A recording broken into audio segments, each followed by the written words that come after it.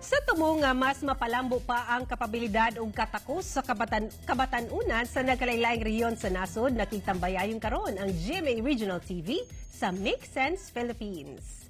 Ang Make Sense sa ka-international non-profit organization nga dunay tumo nga matabangan ang mga passionate citizens, motivated organizations ug forward-thinking entrepreneurs sa pagsagubang sa nagkadiyang issues sa komunidad.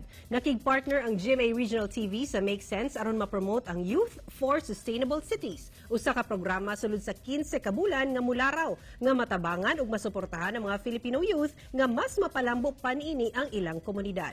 Kiniabli sa grupo o individuals nga nag-edad og 16 ngadto 17 anyos nga dunay advocacy nga mapalambo ang ilang komunidad o syudad.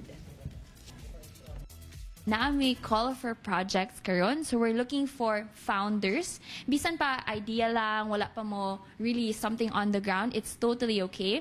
Just go to our Facebook page, Make Sense PH, and then you'll find the link to apply for the call for projects. Kung ma-selected mo, ma-accept mo, you'll be part of the incubation program for free. So anyone can join Make Sense Academy. You don't have to have a specific education, you don't have to have a degree or have a fully fledged concept.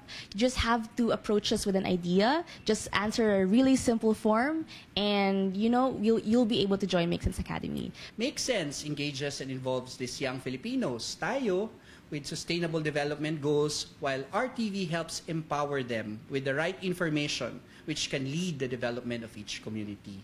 So it just makes sense that RTV partners with Make Sense.